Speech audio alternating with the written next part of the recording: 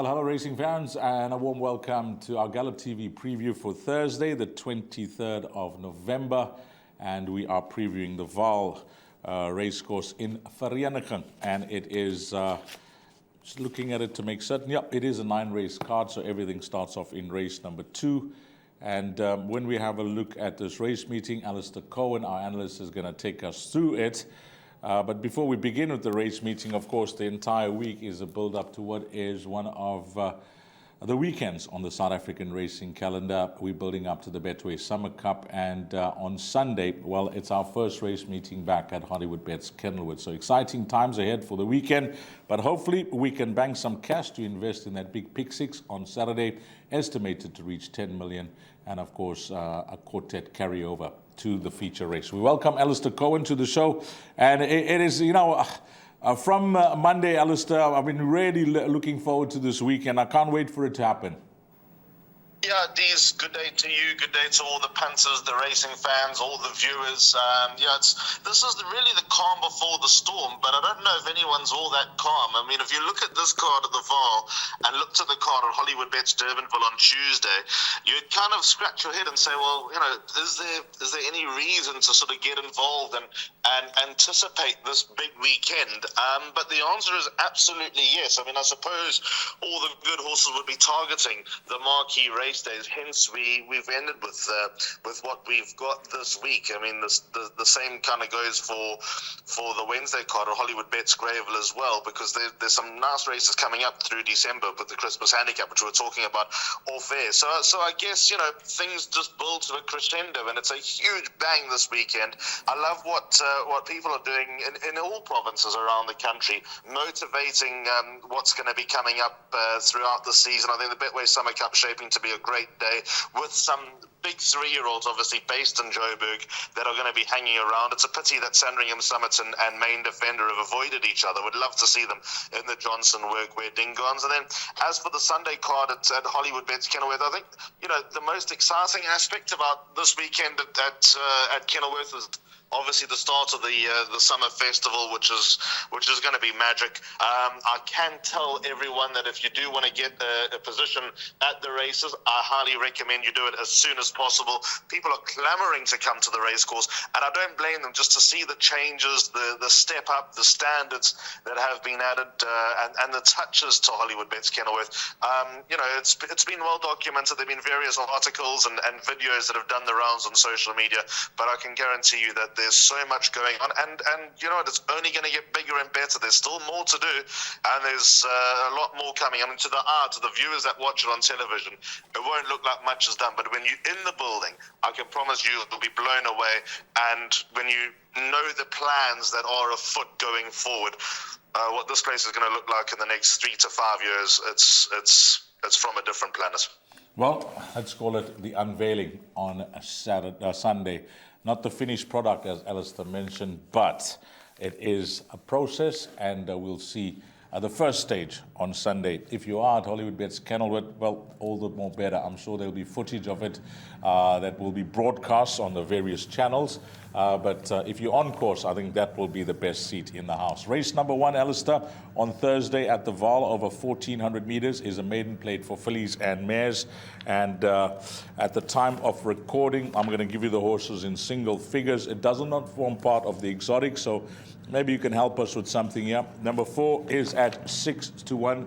Number 9 at 9-2, 12 at 33-10, 16 at 7-1, and number 17 now to be ridden by Samanga Khumalo. Of course, we're going in blind with a lot of these first-timers, unknowns, as we come to know when these horses debut. Usually you get a comment or two in whatever form guide that you are using. But have you heard anything? Do you like anything? Anything grab your attention pedigree-wise? There are a few horses that do make appeal here, Deez, but the problem is it's a few horses, so you wouldn't want to be going to the well with a big expensive quartet just for the sake of catching it in race number 1. So I think the way to work it is with the big field. Perhaps look for a nice suggestion as a place bet at a big price. And I think the two that I'd narrow it down to, I mean, I'm not saying that these are the two horses that are going to fight it out, but I think the value lies with two horses here. 7 A Month of Sundays and 11 Empress of Normandy.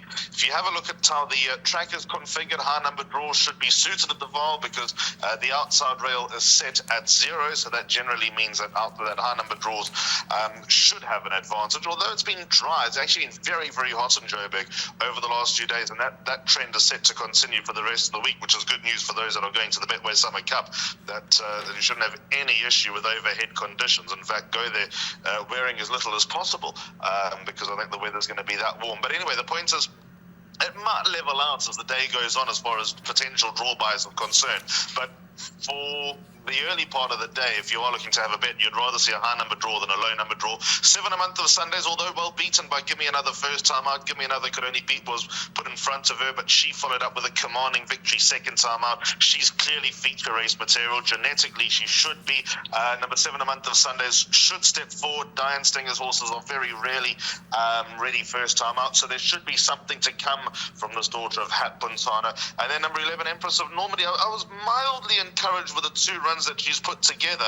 They might have bitten off more than they could chew, going 1,600 metres second time, stepping up from 1,000 metres, so it might be a happy medium for this daughter of William Longsword.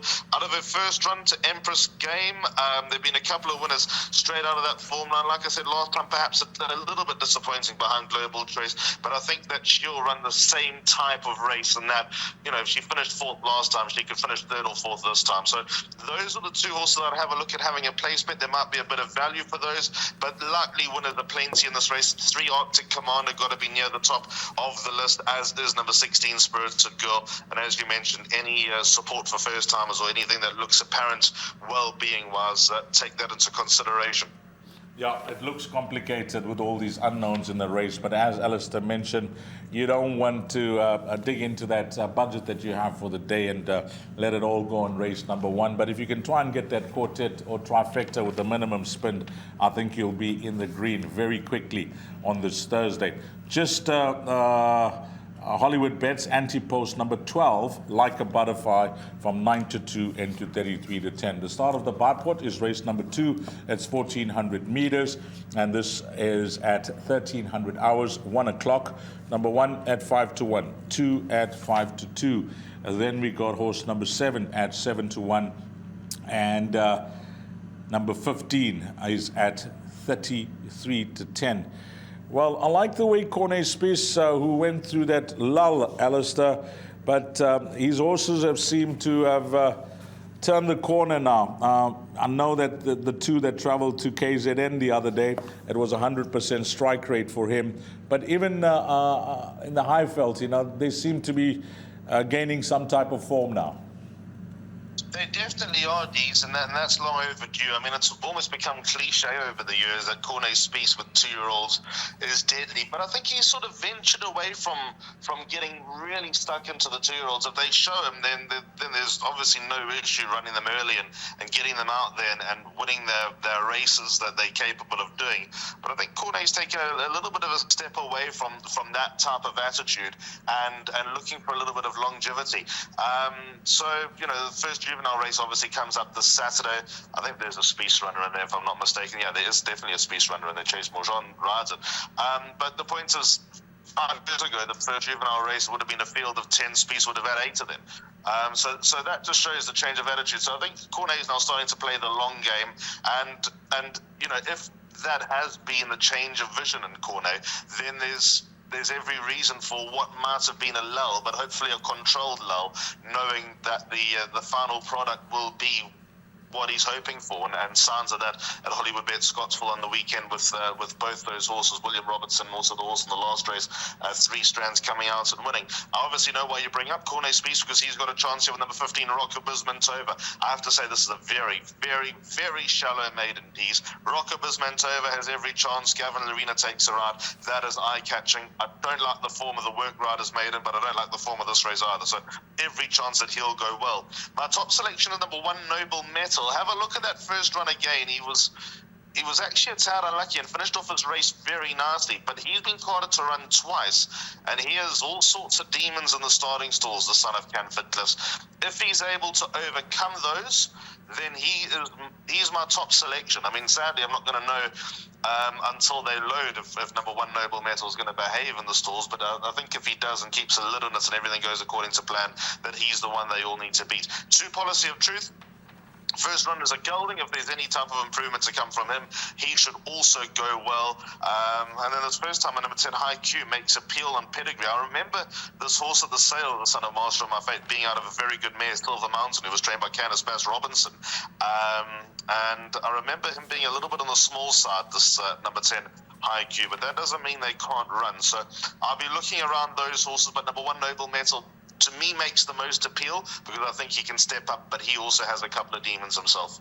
Just listening to you chat about this field, Alistair, I think I've made up my mind, or you've made up my mind for me. With regards to the draw, the horse is slap bang in the middle, so we don't know, as the mentioned, generally high numbers, but draw 8, I'll take that. With number 2, Policy of Truth, because I can now remember this horse. I actually watched a few of his races, Alistair, in fact, most of them, and I'm almost certain, when you said gelding, which I did jot down, in the middle of the park, and you didn't give confidence with any of these other runners, I think that is 5-2. I'm going to take a chance there. Banker the horse, but Alistair mentioned numbers 1 and possibly number 15 if you're looking for cover there. It looks like a tricky start to the bar pot, but I've made up my mind now.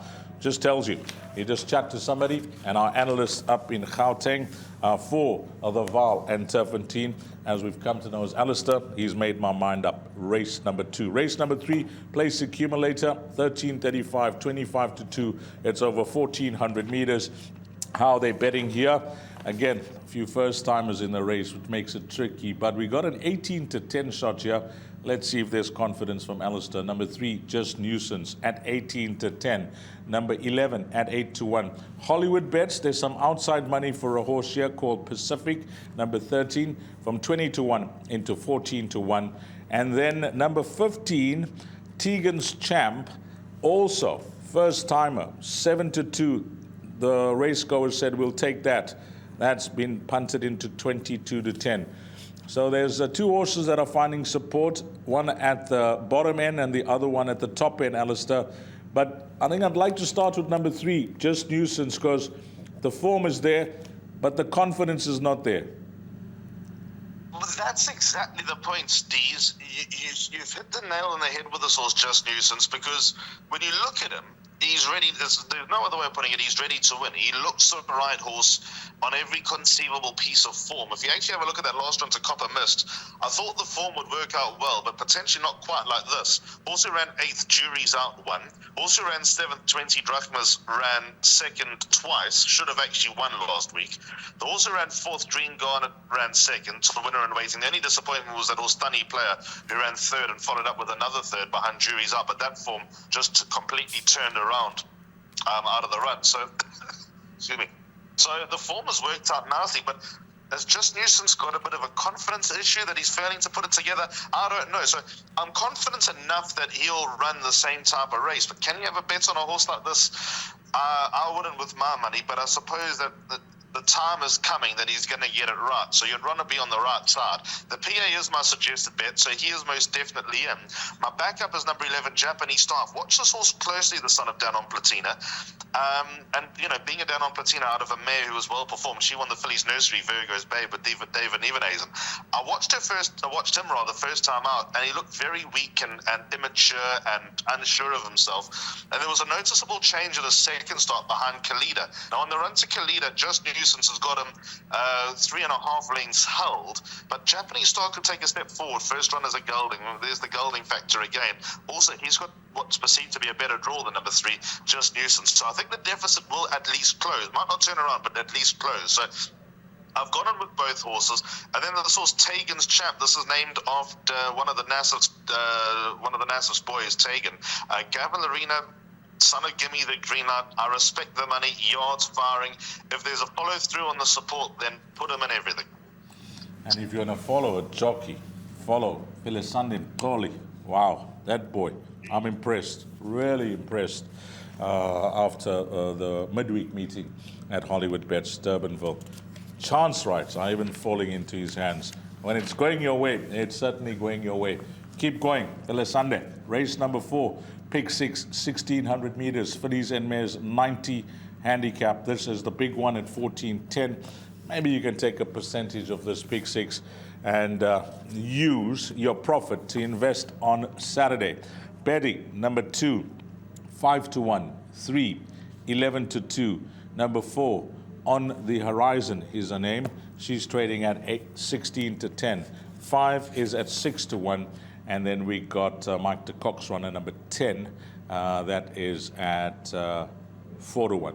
9-2, apologies. So, yeah, what's your opinion of this filly, daughter of Jodhpur? She's done nothing wrong, 2 from 2. She seems to have done it, within herself because she hasn't been pressed to win those races. But the fact is she's winning and winning over 14 and 1500 meters. It does get me excited, when they start off their careers over this type of trip and they build from there, then we know we're looking at horses that are looking for 1600 meters plus, where we're going to see the best of them, Alistair. Yeah, Dees, what's played into this filly's hands is that she won her maiden as a 4-year-old. Therefore, the handicappers couldn't get carried away. They had to kick for touch. They were forced to work within their guidelines of not racing a horse past a certain mark, being a 4-year-old winner, and obviously eliminating the whole weight for age factor. So if you take a 3-year-old that wins like she did in late August, so a newly turned 3-year-old wins like she did in late August with the weight for age factor and with the unknowns that are attached, On the Horizon probably would have been rated 90, somewhere around there, whereas On the Horizon wins as a 4-year-old a year older and comes out rated 78. So I'm taking the stance. I don't know how good she is. If she's feature race material, she'll get there in time. To me, she doesn't scream ready for that yet. But I have to be of the belief that she is above the handicap with a rating of 84. Life is obviously going to get harder because she's taking on the likes of Magical Flight, who's run feature race level with aplomb in the past. Winning doesn't come too easily for Magical Flight, but she's a good grizzled veteran who will give of her best. The inform I Am Regal match, it's back in form as well. And then down the page, the lightly weighted Niali Beach has also got scope to progress. But also, when you have a look at Niali Beach ran 4th to Strange Magic. On the Horizon beat Strange Magic in the last run, the 2nd of September. So indirect form lines, I don't really like sort of getting involved with those. But On the Horizon beat Strange Magic by 2 lengths, and Strange Magic beat Niali Beach by 3 lengths. Although I suppose Niali Beach is a better horse now a year down the line. She's been sparingly raced as a 4-year-old. So the more I look at it, although from a pick 6 perspective, I'd be tiptoeing with number 4 On the Horizon. I might come race time be prepared to put a few others in depending on how the market looks. But the PA being my suggested bet and bar pot purposes, I'll be surprised if On the Horizon goes missing, just because you have to be of the belief that she is a step or 2 above the assessor. Yeah, Alistair mentioned that she's a 4-year-old, so she's not a young horse. But she's immature when it comes to racing, and she's still learning a trade. I think the best word one can use is maybe she's still soft. And as she progresses, she'll get stronger. And could she make it 3 from 3? Well, he's given her the green light here against this field, which is a good test for her, number 4 On the Horizon. I'm all in with you, Alistair, with this horse. Would you suggest a banker in the pick 6 or not? I'll only make right now as I sit here doing this preview, D's, yes. But if I do sort of hear a word before the race or see activity in the market, I would include that or those horses that do get spoken about. But if the market's quiet or On the Horizon speaks volumes, then I would be prepared to banker her. But I'm just a little bit worried that there might be something bubbling under that there might be a bit of support for that would make me think in the big 6. Okay, wait as long as you can. Race number 5, 1600 meters.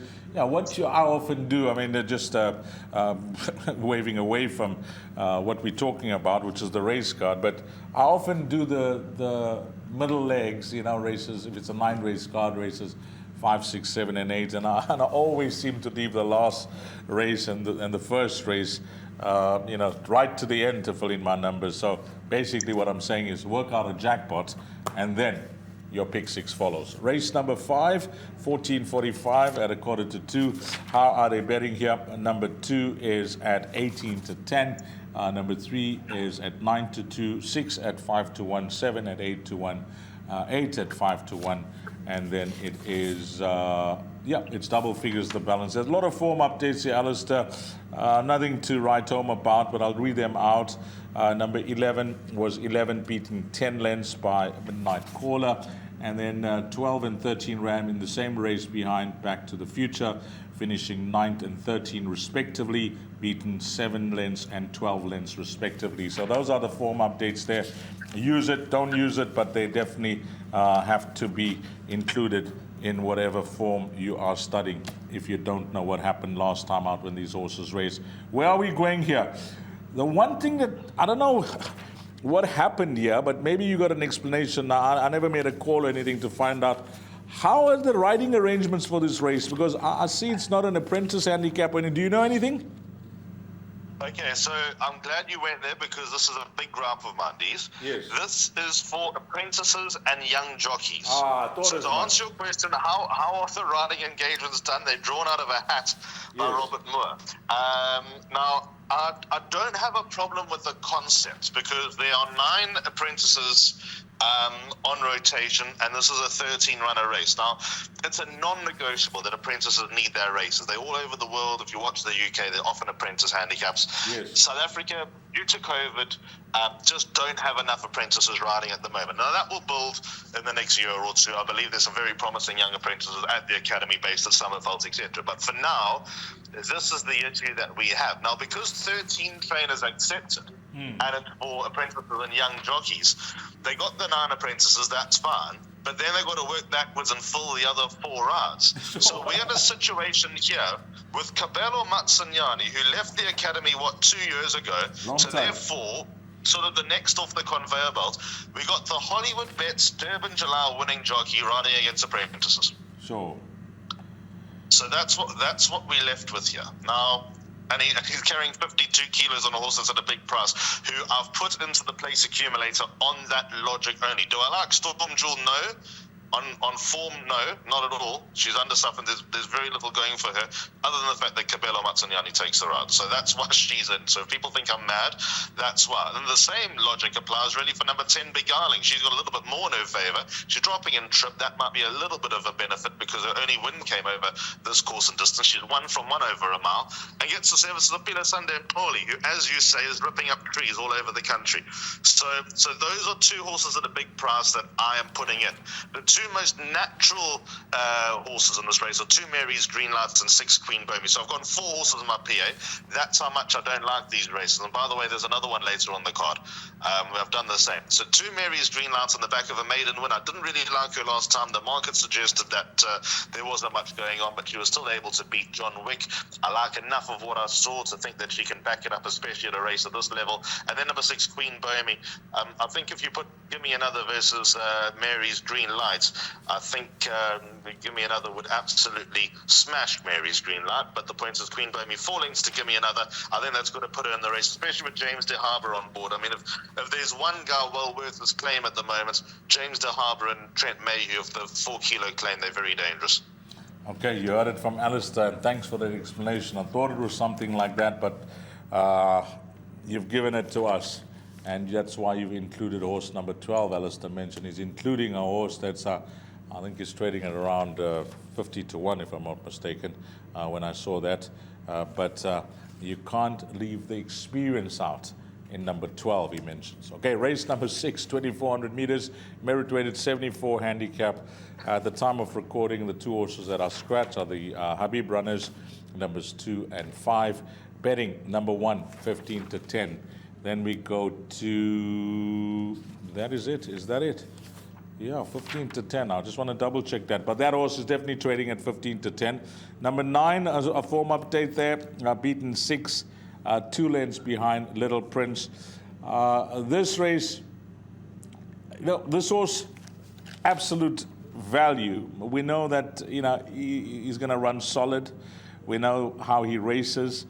And the big plus here could be the claim 4, because although it's over 2,400 meters and it can be a tactical, ride if you got a horse that needs to be settled and coming from off the speed, etc. But this horse is pretty straightforward for the young lad. Well, that's exactly it, Dees. I was a short hit away from Bankery, number 1, absolute value in everything, but I don't know if I thought better or worse of it. I put number 3, Green Light Magic, into my play. Just want to start with Green Light Magic. He has been the bane of some poor punters of imagination of late, because there's always money, always talk for Green Light Magic, and he just doesn't win. But the fact that someone out there is a believer in this horse and how to draw one with Muzi Yeni on board, and Muzi's ridden absolute value, he'll probably know how to undo absolute value if he's there for the picking. I've just put number 3, Green Light Magic, in as backup, because number 1, absolute value should win. The 4 kilo claim should be a benefit. As you say, uncomplicated. It could be a masterstroke from Fabian Habib to put the 4 kilo claim on to make that 61.5 feel a little bit lighter, because you know where he is going. He's going to go to the front. He's going to stretch them out, and he kicks off that pace as well, which is a big weapon. The only thing that's made me think a little bit about number 1, absolute value, is that James de Harbour wouldn't have ridden a 2,400 meter race at the Vaal before. He's got 1,000 meters straight to work with, and it's going to be sweltering hot, so it's forecast to be sweltering hot. If he goes 15 meters too early, that might backfire. So, look, he'll be under instruction. He'll go out there, going down to the start, knowing exactly what he needs to do. But if you want to go on absolute value, just counter 5 or 10 or whatever you need to do, and then push the button. Because if you do go a stride or two too early, you might be vulnerable. But he's the right horse in the race. He should win. He's my top selection. Like I said, I was a short head away from bankering him. Maybe I've overthought it with that whole dynamic of James de Harbour riding a race this taxing on this track for the first time. But he should win if everything goes according to plan. I'll tell you why I didn't take down the betting of the other runners. I just took down number 1 at 15 to 10. And this is a true story, because I can clearly remember it now. And I got the proof on the page. Whilst I was doing the book, the samosas were delivered by the missus, and I got the oil stain to prove. And I stopped immediately as soon as the samosas were delivered. There's the oil stain on the page here. That's why I didn't take down the betting for the balance. Just to let you know, Alistair. Number 3 at 28 to 10. Number 6 is at 7 to 1. And then it's double figures, the balance. So the favorite there is number 1, absolute value. Race number 7 over 1,000 meters, merit weight at 72 handicap for fillies and mares. Number 1 at 8 to 1. Number 2 at 33 to 10. 5 is at 5 to 2. 7 at 11 to 2. Number 8 is at 7 to 2. And it's double figures, the balance. Does the missus make samosas, Alistair? No, but she's the best cook, Dees. I promise you, if you're ever coming to visit, we'll do a potjie for you. You can ask all the jockeys that she's the best chef in the world. You can probably tell by my current physique. Yeah. But she's got lots of specialties. She makes a good curry, by the way. Look, if it comes down to choosing which curry to have, your missus's or my missus's, yes, I'd go with Dr. Dianand. Yeah, but I promise you, Ali, I have to stop you there, because it's impossible if you're not if you don't have the chili tongue. It's impossible, because I promise you, she goes. Chilies are measured on a Scoville level, and yes, and the Scoville level of my missus, I promise you, I'd like to get that Scoville level of that curry when she finishes off, because it's not taste, sugar and salt is taste. Chili is actually pain. It's not taste, and obviously, myself and the missus, we seem to be addicted to pain. A very hot curry, Alistair, very hot, but very enjoyable, if you like hot. Geez, you've seen me put away a Hollywoodbets bunny at Hollywoodbets Greyville, yes, many times. And I have no doubt that this is a challenge of a different nature. But now that you've said it, next time I'll let you know as soon as I'm coming to Durban again, and we can organise. Listen to me. You're gonna have the curry at my place. I'm gonna have the potjie at your place. Give us your numbers here. Race number 7. We need lots of numbers because we're back in the same boat as we were 2 races ago with apprentices and young jockeys. There's no Matsunyani in this race, so that doesn't complicate the waters a little bit more. So I've gone 4 horses again, 2, 3, 5, and 8 on my numbers. I actually think that we can make a little bit of money here on a trifecta and quartet working around those numbers. You might want to open up and include 1 or 2 more, because I think I've gone with horses with a price, but I'm very comfortable with it. 2 Midnight Fusion, daughter of Rafik, started her career with a bang, went missing in feature races as a 2-year-old, but came back from a layoff, given a chance to strengthen up, and ran 3rd to Chrome Tourmaline, who ran okay on Friday night. I expect a little bit better, but I think this was a lot weaker. Interesting that Pierre Stradham has a share in this daughter of Rafik, so I wonder if he's going to type Illa Sunday down to any instructions. There's number 3, Fennec Fox. Every time she's run lately, I've been with her. She was declared a non-runner the other day, then the meeting was cancelled a couple of weeks later. I'm going back again with 54 kilos, high number draw, rating drop, form line working out of her last run.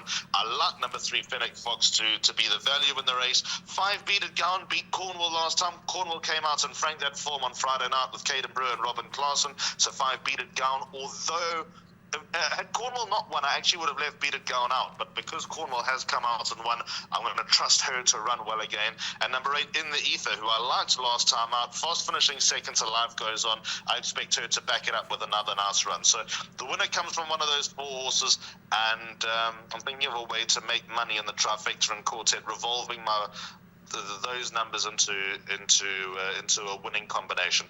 2, 3, 5, and 8. Play around those numbers. Let me give you the odds. 2 at 33 to 10. Number 3 is at a price. It's not in single figures.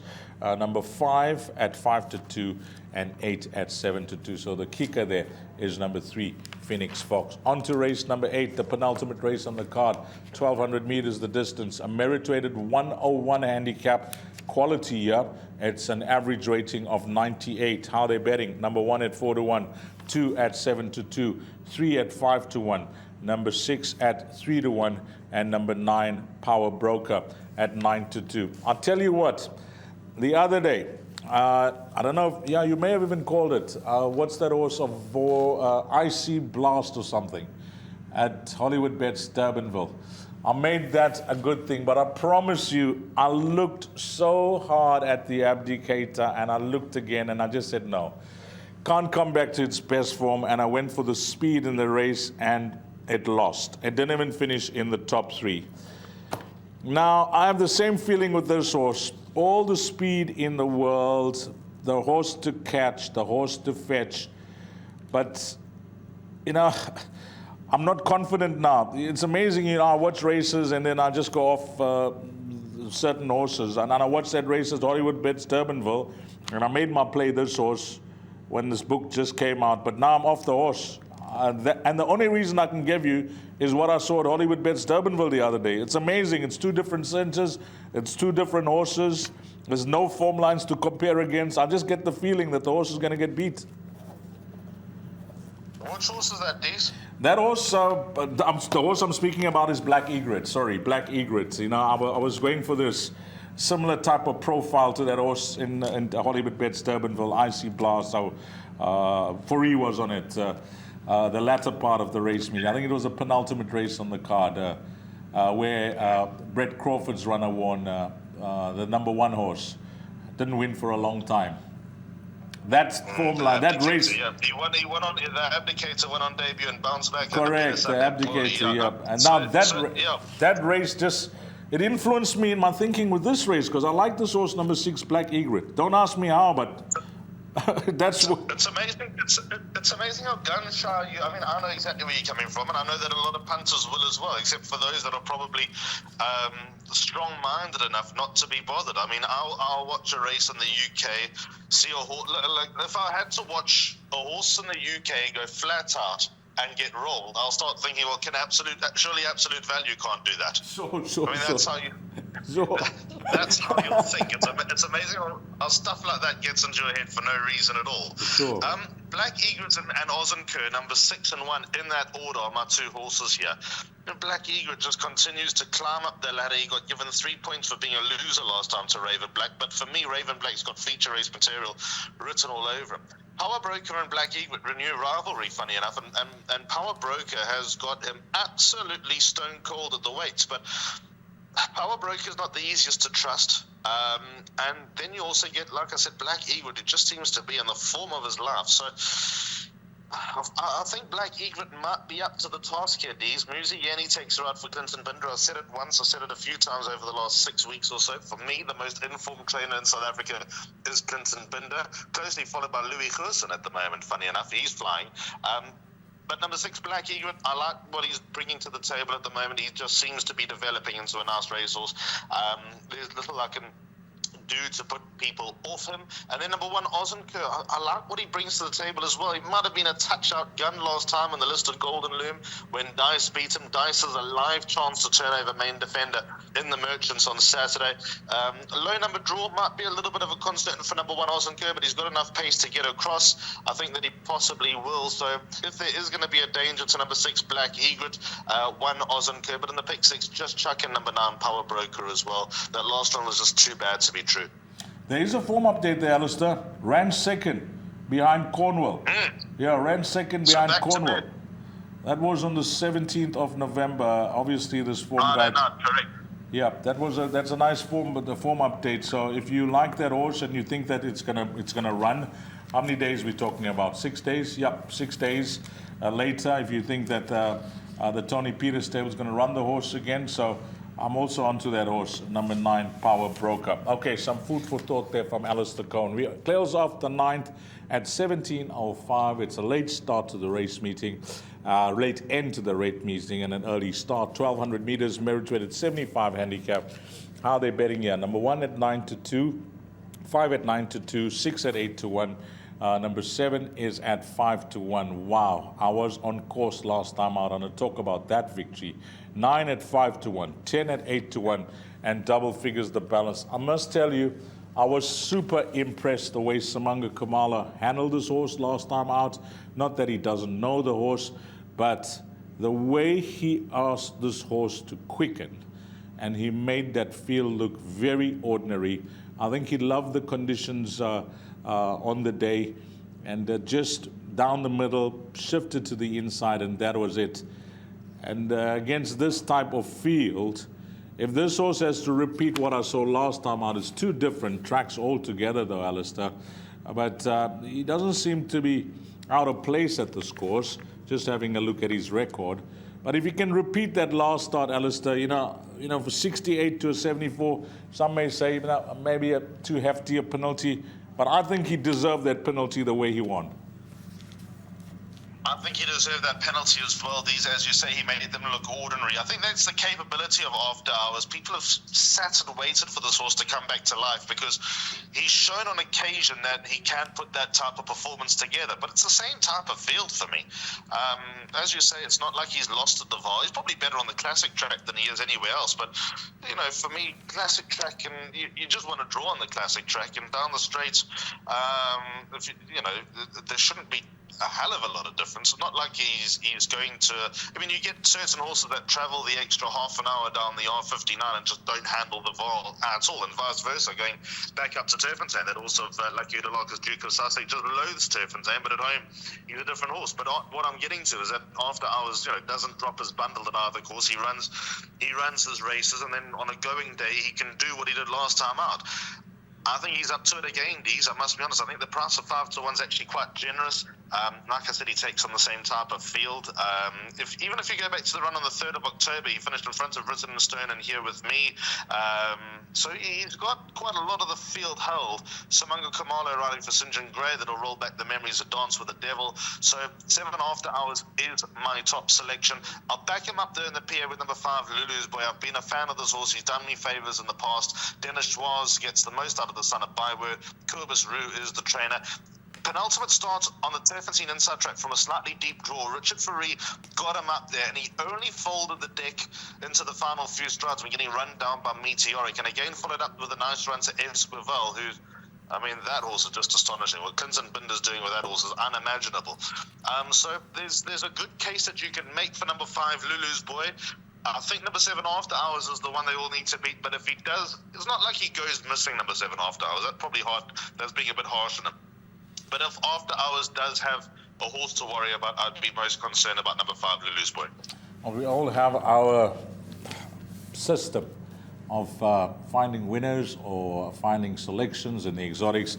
One system that I always seem to factor in is that you get these horses that haven't won for some time, and are they going to go back to back? But I looked up After Hours, and he has won back to back early on in his career. Back in 2022, he won in October and November, so he knows how to win back to back races. Not that he hasn't done it before, but generally, if they're battling to win and they win, more often than not, they're not going to go back to back. But this could be the difference here with number 7, After Hours, because he won really well last time out. Alistair, you mentioned that you're given a bet. What bet is it? PA that starts in race number 3 at 25-2. So my numbers are 3 and 11. So just nuisance and Japanese style. But I have respect for this first timer that's found a bit of money. 15 Tagan's Champ. Banker number 4 on the horizon. Race 5 for reasons that I've already mapped out. I don't like. 2 Mary's Green Light, 6 Queen Bomi, 10 Beguiling, and 12 Storm Jewel. Funny enough, we might end up flicking a bit of cash there. 1 and 3 Absolute Value and Green Light Magic, very close to bankering 1, but I've just thought better of it and put a number 3. Then in race 7, which is leg 5 of the PA, 2 Midnight Fusion, 3 Fennec Fox, 5 Beaded Gown, and also number 8 in the Ether.